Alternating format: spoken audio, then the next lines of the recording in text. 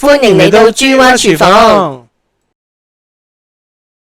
雖然福岡遊記喺上個星期已經發佈咗完結篇，不過我喺福岡機場禁區入面買咗一樽明太子醬，都仲未諗到點樣整嚟食。咁啱又俾我買到人氣滿滿嘅卷卷意粉，既然配合天時地利人和，一於整返個明太子卷卷意粉嚟食啦。食譜會放喺片尾，事不宜遲，即時去片。先準備材料，分別係帶子、卷卷意粉、奶油、明太子醬、茄醬同埋牛油。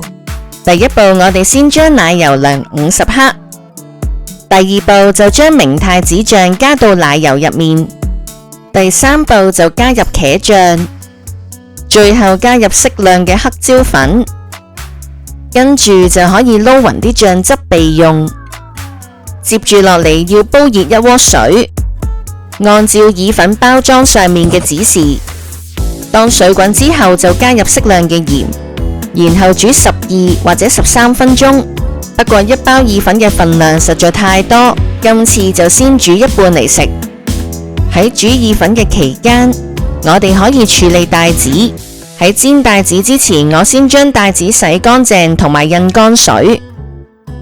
接住落嚟就可以預備一個平底鑊，加上適量嘅牛油，然後加入帶子，用最細火將帶子慢慢煎到兩邊變到金黃色。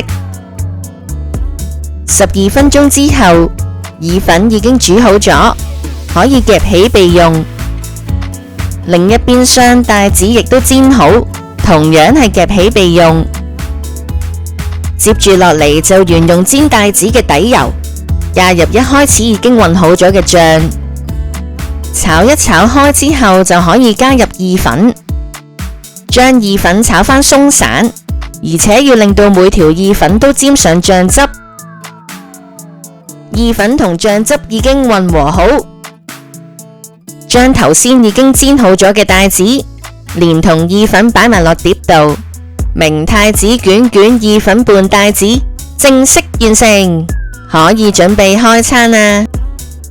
第一次食卷卷意粉覺得唔錯，口感彈牙得嚟又掛汁，明太子醬嘅調味亦都啱啱好，食完都唔會覺得口渴。帶子亦都煎得又香口，而且本身帶有鮮甜味，可以中和一下齋食意粉覺得漏嘅感覺。如果大家有興趣嘅話，不妨試下整啊！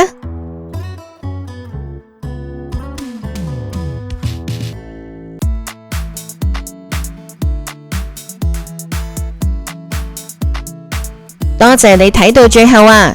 如果鍾意我哋嘅製作，歡迎 subscribe 我哋。如果鍾意呢段片，就 comment、like 同 share 啦，拜拜。